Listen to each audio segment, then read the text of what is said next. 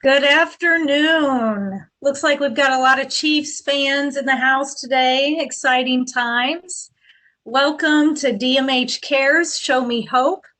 This is sponsored by FEMA and SAMHSA and Missouri's Crisis Counseling Program, which is called Mo Show Me Hope. I'm your host, Rachel Jones, Manager of Trauma-Informed Treatment here at the Department of Mental Health. My moderator is Dave Kingsbury. He's the director of our Office of Deaf Services, also with the Department of Mental Health. We're thrilled to have you with us today. For those of you who are new, welcome. For those of you who are returning, welcome back. Good for you for prioritizing your wellness and making your 4 o'clock Tuesday afternoons all about you. This is what we call the Hope Zone. So we want to create and maintain a safe space here. We want to try to shut out some of the loud noise and the stress that's going on around us and really turn inward, support ourselves, and support one another. So we need your help in doing that. And I thank you in advance for helping this be a safe virtual space. Always, we're going to begin with a mindfulness activity. Today, I want to introduce to you, if you're not familiar with it, the 2-to-1 breathing technique. And so how this technique works is basically you're going to inhale for 4 counts, but you're going to exhale for 8. So we're trying to inhale through our nose, exhale through our lips, and exhale 2 times longer than you inhale. That helps release toxic stress from your body. So let's all get into a comfortable position. If that's sitting, laying down, standing, wherever you're at. Actually, by just taking a couple of breaths, just your natural breathing. Just focus on your own breathing right now. As you do that, try to drop your shoulders. We hold a lot of stress in our shoulders.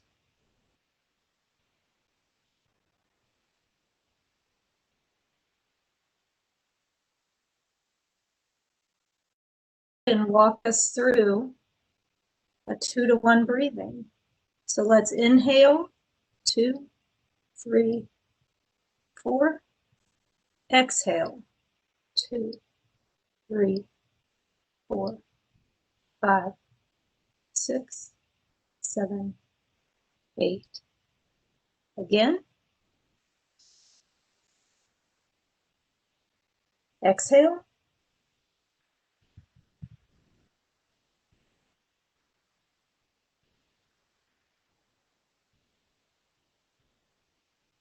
Again. Inhale.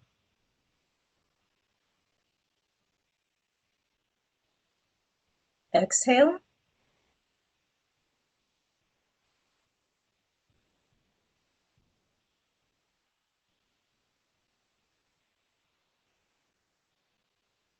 Inhale.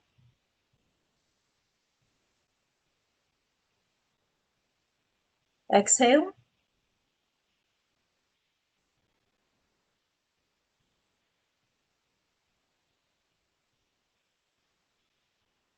And last time.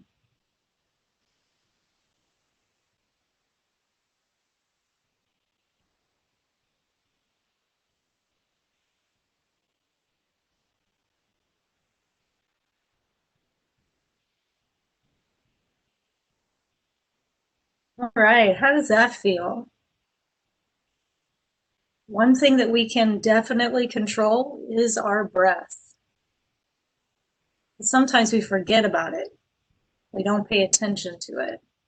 But we've talked before on some of our wellness episodes that when you do deep breathing, it moves you from your sympathetic nervous system, that's our fight, flight, freeze mode, into our parasympathetic nervous system. That's our rest, relax, recharge. So it helps your brain, it helps your body. So I encourage you to think about your breathing throughout the day. When you're anxious, when you're frustrated, when you're nervous, when you're annoyed, and you notice that, take a deep breath. It's very helpful. Some other helpful things are the COVID-19 resources. So we mentioned this a couple weeks ago, that there's some information out about vaccines. I think Dave is going to drop the link into the chat, but you can find this when you go to covidvaccine.mo.gov. And when you get there, you'll land on this page, but then it's got information that might be helpful for you. And so we want to encourage you to be informed about vaccines so that you can make a decision for yourself and your family about whether you want to get vaccinated, and if so, where can you go get vaccines? What's available in your community? We are also trying to stay up on giving you access to where all those testing sites are. So here's another link to the health.mo.gov. Now, when you land on that website, you can go down to where the middle yellow circle is, and it'll take you straight to where the free testing sites are listed for Missouri residents. And when you pull up something that looks like this, and each site has the date, the time, the location, and a registration. So remember, these are free of charge. You don't need a doctor's order, and they prefer that you register in advance. You'll notice that people are getting really creative in their communities. There are testing sites now set up in the zoo parking lot, at Worlds of Fun, in elementary school, in faith-based communities and churches. And so I think communities are coming together to really try to provide testing for as many people as possible. So we encourage you to look up dates and locations, and please share that information out. All right, so today I wanted to spend a little bit of time talking about wellness and self-care.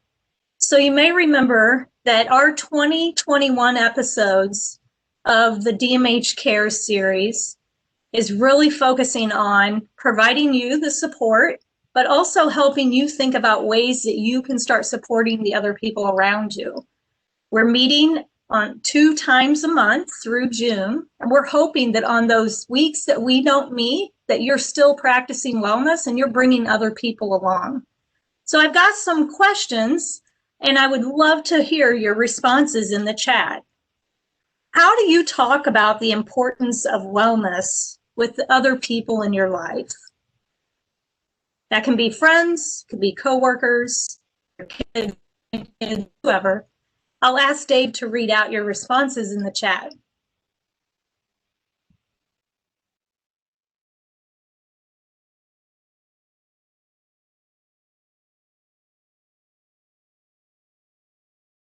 People are saying, we talk about self-care and how important it is right now.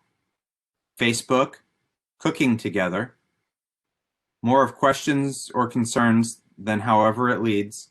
I remind my spouse to balance the work he's doing with fun activities, weekly meetings, reminding them to breathe, and everyone is struggling. Take care of yourself. Someone has a community group message and does a daily thread for the Actions for Happiness calendar. Emphasizing the importance of self-care, social media, weekly video calls on Facebook Messenger, dining together every day, work wellness committee, sharing wellness posts and links on Facebook, Twitter, and Instagram, making time for socializing online with others. I taught my granddaughter about washing her hands before meals and after going out of the house. Usually asking about getting good sleep, appetite, eating more fruits and veggies. Participating in the hashtag 365 challenge. Weekly family phone calls. Self-care. Discussing how wellness affects all areas of life, creating alternative hobbies and interests. Destigmatizing talking about mental illness and depression by talking about it. Discussing with family and friends how to eat healthy, exercise regularly, get enough sleep, and stay safe while out in the community. Role modeling self-care so others know it's okay to fill one's own cup. Fantastic. Great to hear so many of you have always been comfortable talking about wellness, but certainly people are more open to hearing about it. Since COVID-19, we've talked about how that's a collective trauma that we're all experiencing together.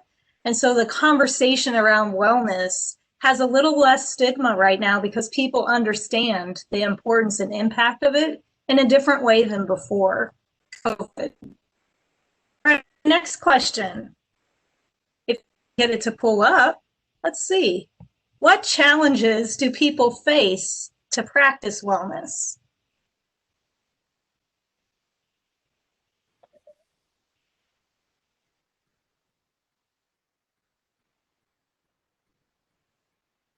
People are saying resources, finding the time crunch, having enough room to exercise, busy schedules, making time, income, privacy, having the right attitude, making it a priority, cold weather, laziness, not really knowing what to do, lack of motivation, distractions, anxiety and depression, trying to balance everything, too much time devoted to the job, limited community activities, finances, time management, and motivation. Social distancing is hard, mostly when other people don't follow it. Stress eating, time at home versus work, lack of uninterrupted time, being limited to only small outings and not being able to get to community in a safer environment, separating work from home life, watching or reading too much news, not being able to travel. Right. Very valid concerns and barriers that get in the way. We're actually going to talk about a few of those here in a couple minutes when I introduce some self-care myths. All right, here's my next question for the group. How can you help promote wellness? Maybe you're already doing it, but also think of maybe a new way that you can try to promote wellness to all the people in your life who see you, hear you, watch you.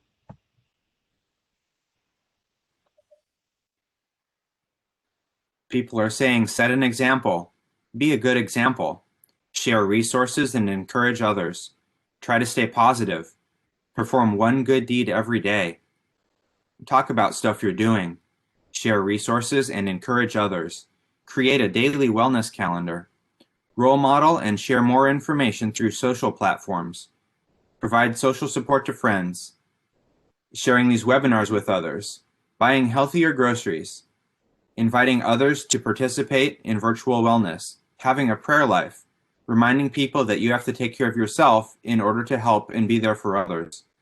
Write in a journal and remind others to do the same. Find a web yoga group and invite others, family, etc.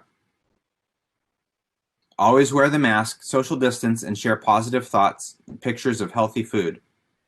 Allow others to vent to me, validating others, devoting time to themselves, being a good listener.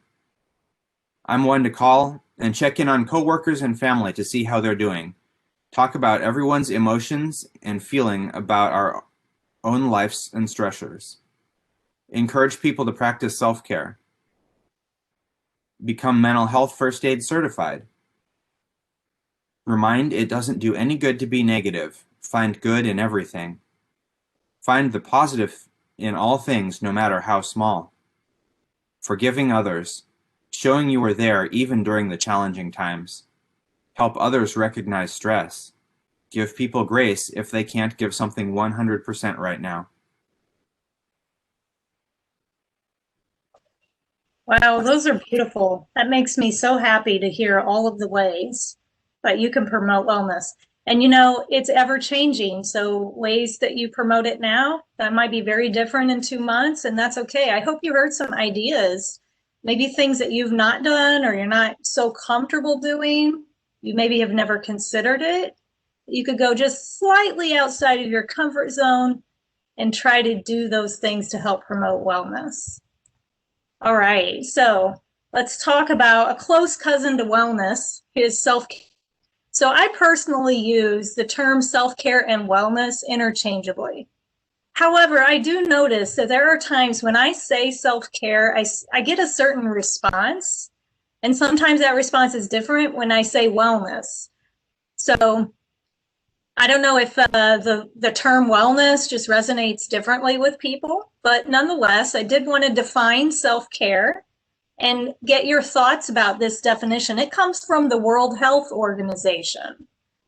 So they define it as the ability of individuals, families, and communities to promote health, prevent disease, maintain health, and to cope with illness and disability with or without support of a healthcare provider. What do you think about that definition?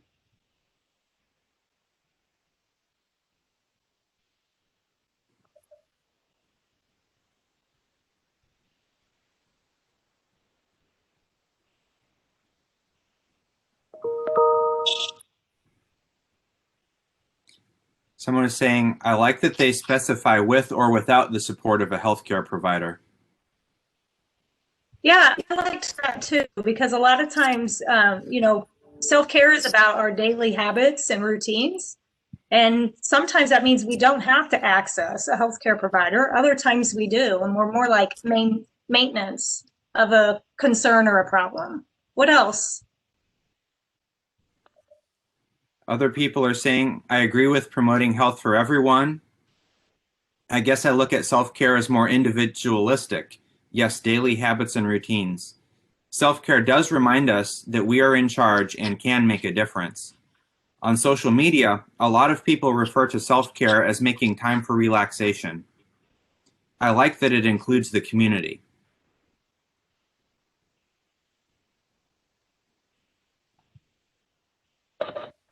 I hadn't really considered self-care involving families and communities. I think I saw one that came up maybe privately that also said not everybody has access, right? And I'm assuming that means to, healthcare providers. All right, so that's a definition of self-care from World Health Organization. I do encourage you to maybe Google a few other self-care definitions so that you've got some language that you can use when promoting wellness and talking about the importance of self-care. You can probably hear my dog in the background. My apologies. I've got some maintenance trucks in front of my house, and so my dog is very excited right now. Sorry for the distraction. All right, I want to talk about self-care myths. And we saw some of these actually come up in the barriers question that I asked earlier. First myth of self-care is that it's selfish. So a lot of times people think it's either I have to focus on me or focus on someone else. And to do one means neglecting the other. But what we know is that if you don't take care of yourself, you're depleting your energy, your emotional reserves, and the way you interact with others actually can be less helpful. When you meet your needs, you have more energy to give to other people, and usually you're doing it in a way that's more effective for you and for them. So removing the idea that self-care is selfish and maybe thinking about it in terms of just it's preventative care. It's something that you need to be doing regularly throughout your day so that you can be the best for other people, either people in your family that you take care of, people who you serve in your job, and just in general, people that you come into contact with. Another myth, self-care takes too much time and I'm too busy.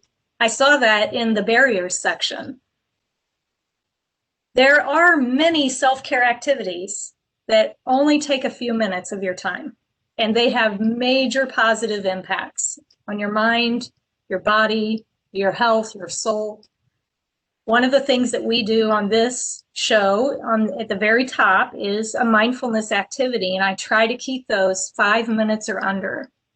What I hope you start to realize is that when you take the time, a 5-minute sacrifice of your day, to get your thoughts focused, to get your brain and body balanced, you're more productive, you're more attentive, and it's better for your health long term.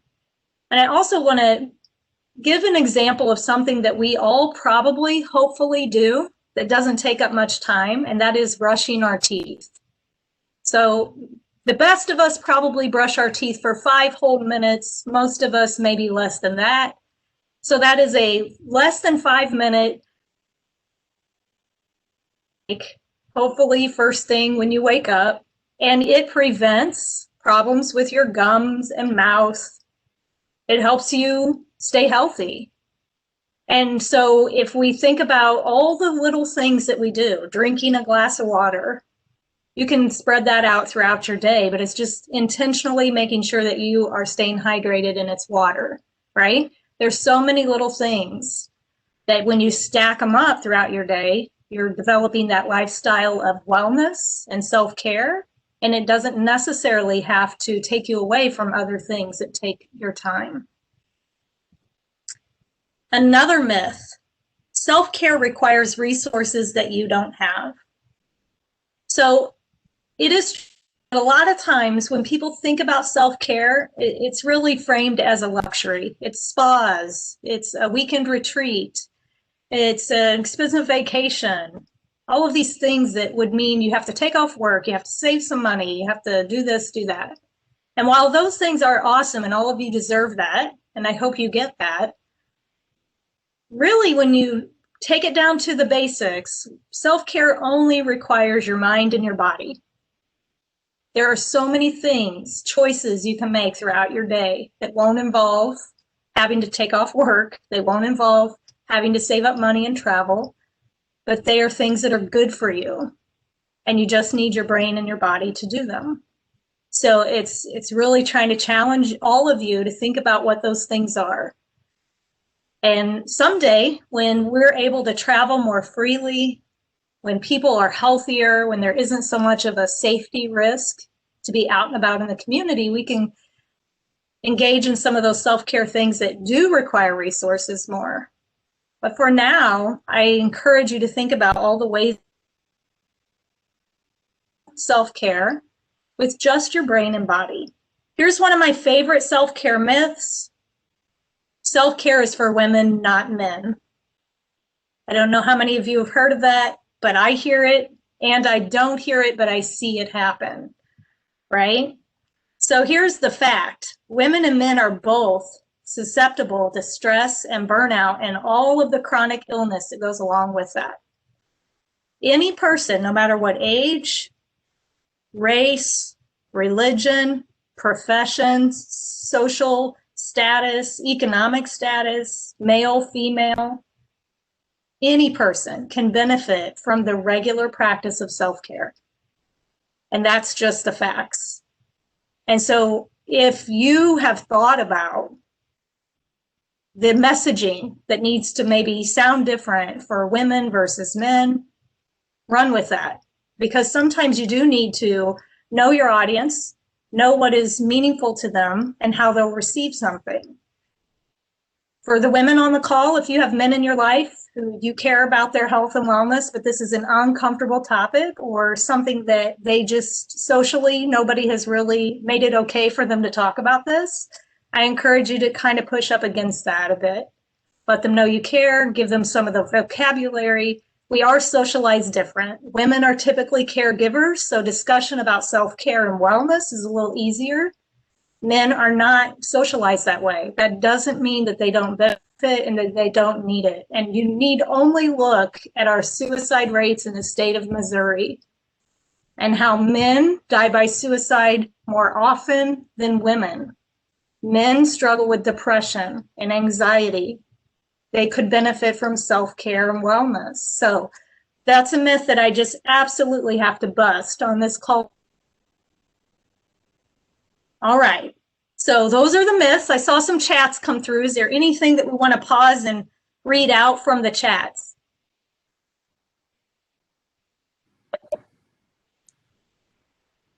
See a lot of self-care stuff still coming through, which is fantastic. Yeah, people are saying self-care Self-care can be as simple as walking outside in nature. I think the biggest stress reliever is giving hugs and holding that hug for a little while. Self-care can involve simply tuning out the news or signing out of social media accounts for an extended period of time. My self-care is walking daily and eating better, drinking more water. It's time to make these new habits, and I feel so much better, and now I hate it if I can't walk. Coloring is also something I do focus on, and that I do focus on that and not the hundreds of other things that are generally going on.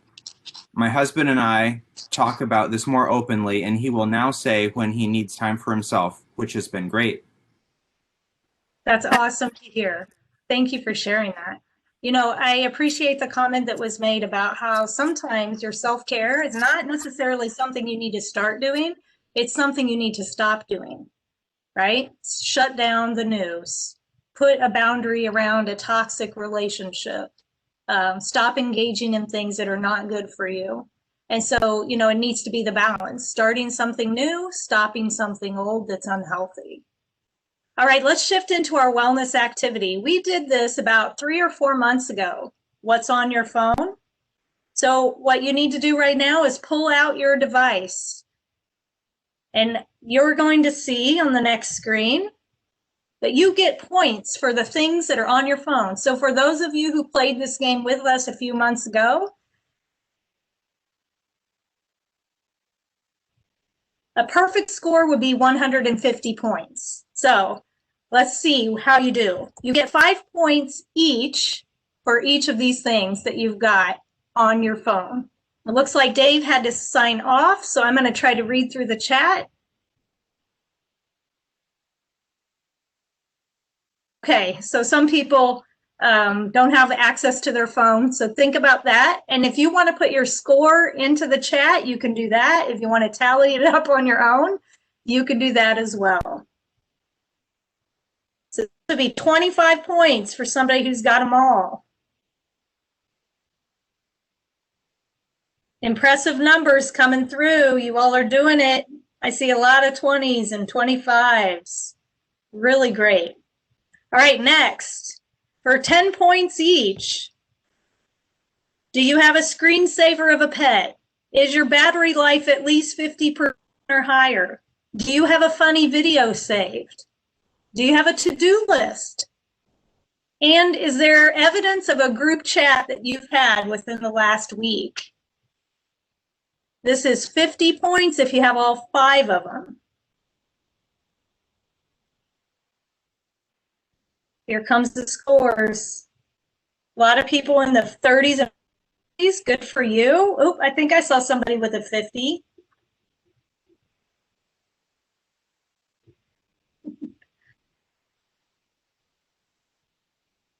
All right, looks like some opportunity for improvement as well. All right, let's move to the 15-point category. Do you have a wellness app? Doesn't have to say wellness, but it's something having to do with wellness. Do you have a video of a loved one saved? Is your alarm set before 7 a.m.? Is your battery 90% or higher? And do you have any kind of game or puzzle app?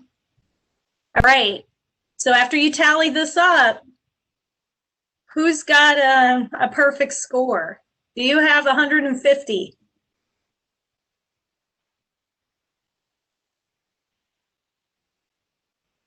$25, 110, 130?